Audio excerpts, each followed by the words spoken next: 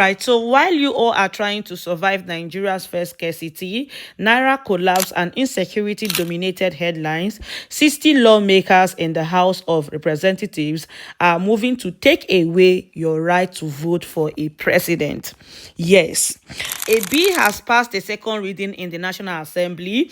No breaking news headline. The medias are not talking about it, and this bill could end presidential election in Nigeria permanently. This is another dangerous strategy to deny people their right come 2027. And I don't even care to know what they call it reform or whatever. But to me, this is a strategic move ahead of 2027 because they have seen that this government may not survive what is ahead. So a B for an act to alter the provisions of the Constitution of the Federal Republic of Nigeria to provide for the office of the Prime Minister as head of government and the office of the president as head of state. So in plain English, it means that Nigeria's presidential system would be scrapped and replaced with a parliamentary system. So right now, you can vote directly for a president, right? For the president.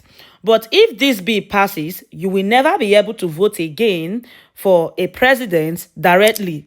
You will never be able, even though we know that, yes, our vote does not count. If we vote, after voting, they will choose whoever they want. But if you think it's bad, just wait until they passes this bill, right? So instead of voting for a president, power will shift to the National Assembly. A few lawmakers will sit in their secret room to decide who will become the prime minister, and it is usually by the majority.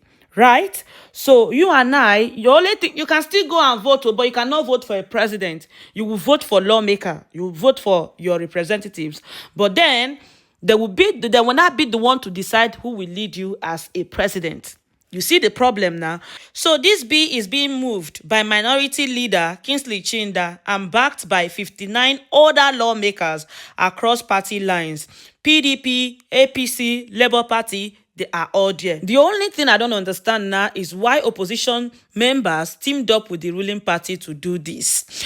This bill now sounds like reform. They will tell you it is about reducing cost of governance, but behind the scene, behind closed door, let me just tell you all what it means. It means no more presidential elections, no more direct accountability to the people, no more outsider threats like Peter Obi, just party loyalists picking Nigeria's leader from within parliament. That is what it means.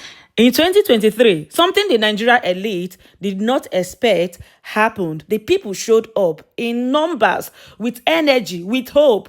Youth, first-time voters, Nigerians abroad, influencing the people back home. And in all of this, one name kept echoing.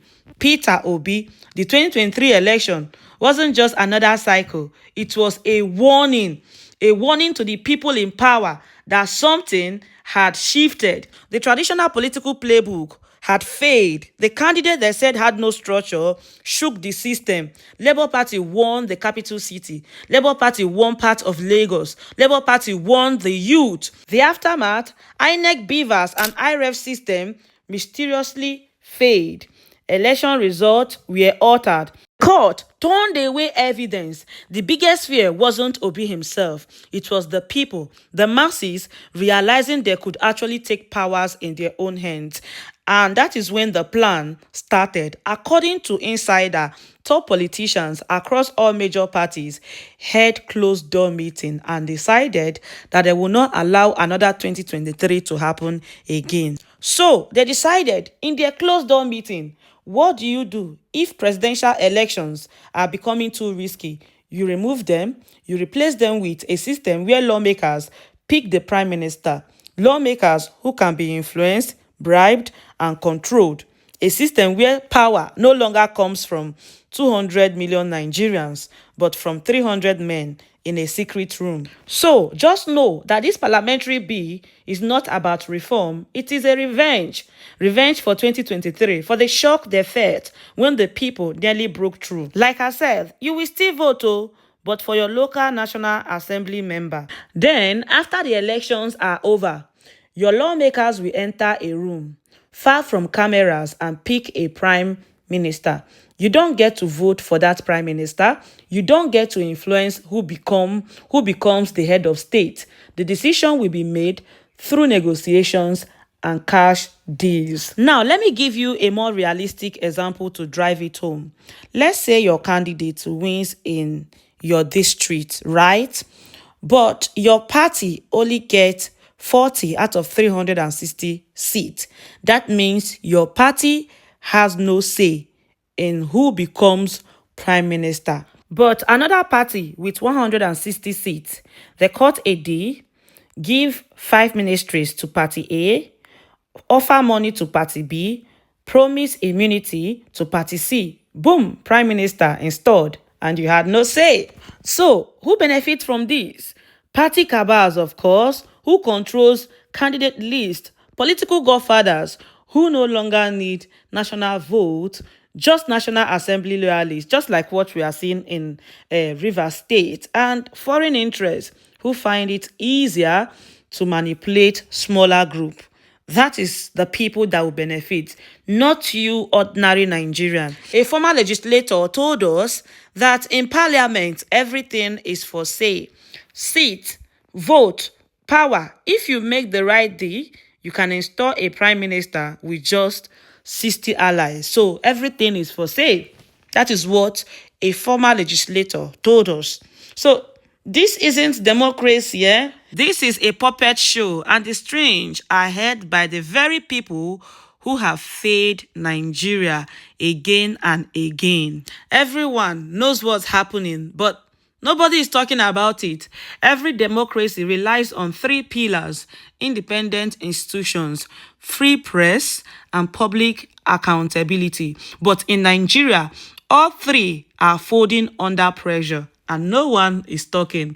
We are all quiet. The Department of the State Service, the so-called DSS, Nigeria's supposed top intelligence agency, had full visibility into the 2023 elections. According to sources, over 80 classified incident reports were filed during the election. Report of deliberate IRF shutdown, collation center manipulation, ballot snatching with state protection, and later quiet plans to restructure the system itself. Yet, not a single arrest, not a single warning. Yes, for over 20 years, Nigerians have lined up under the sun, under threat, under hope to vote for a president. Though a very flawed process, yes, but at least the people still had a say. You see that bill? The bill to abolish Nigeria's presidential system isn't just policy. It is a political heist.